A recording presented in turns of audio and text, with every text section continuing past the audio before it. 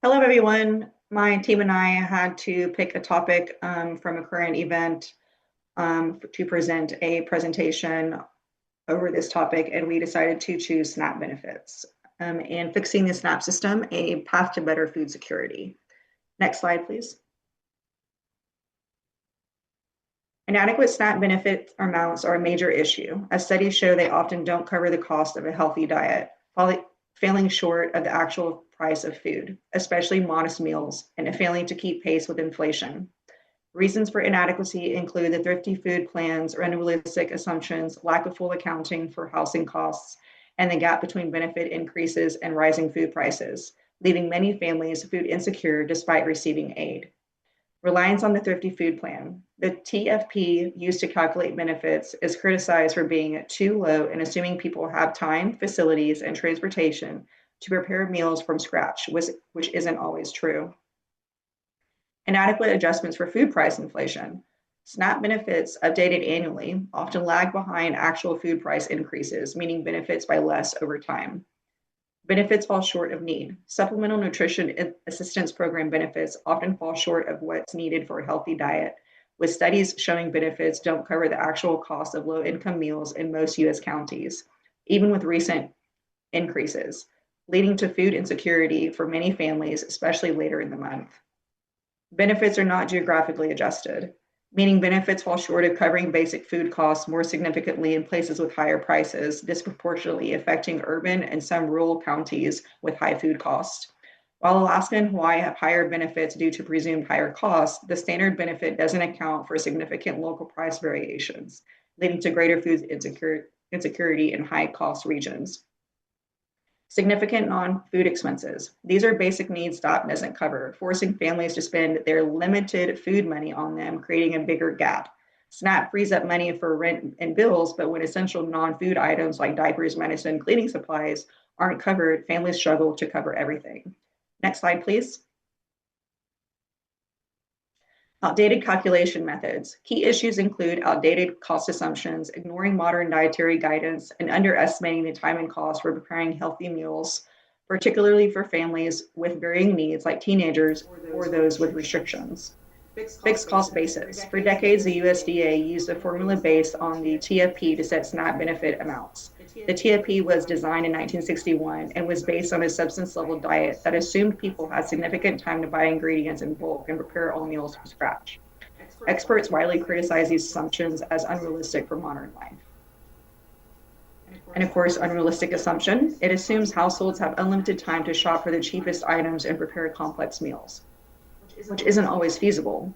It doesn't consider that some families lack proper cooking equipment or reliable transport to stores, making healthy eating harder. Insufficient expense deductions primarily affects low-income seniors and individuals with disabilities, stemming from underutilized deductions and a failure by states to adequately inform applicants about deductible costs like transportation, leading to lower benefits than deserved. Outdated definition of need. Benefits often end up too low for families to buy enough healthy food for the entire month. Even before the pandemic, roughly half of all SNAP participating households lack consistent access to enough nutritious food. And to continue to talk about the issues with SNAP benefits, I now pass it on to Irene. Thank you. Let me start with the impact of the recent federal SNAP cuts. Congress reduced SNAP by $186 billion, the biggest cut the program has ever seen. Because of the stricter rules, millions of families are now at risk of losing their benefits. We hear parents who are skipping meals and buying cheaper, less nutritious food just to get through the month. And when families have less to spend on groceries, it affects local stores and the economy around them. Next slide. And these cuts also put a huge strain on the food pantries. During the shutdown, SNAP benefits were disrupted, and more than 1,000 people lined up early just to get food. The Houston Food Bank had to launch emergency events to keep up with the demand. Here in our area, over 425,000 SNAP households were affected, and 50,000 federal workers missed paychecks. All of that pushed food pantries far beyond their normal capacity. Next slide. So on top of everything else, families are dealing with benefit theft through EBT scheming and card cloning. In just a few seconds, a family can lose their entire month of food assistance. And since the federal replacement program expired in December of 2024, there's no guarantee help that if that happens. Congress is still debating on a permanent fix, but right now families are vulnerable. With the overview of the challenges the families are facing, I'll turn it over to Gio. Thank you.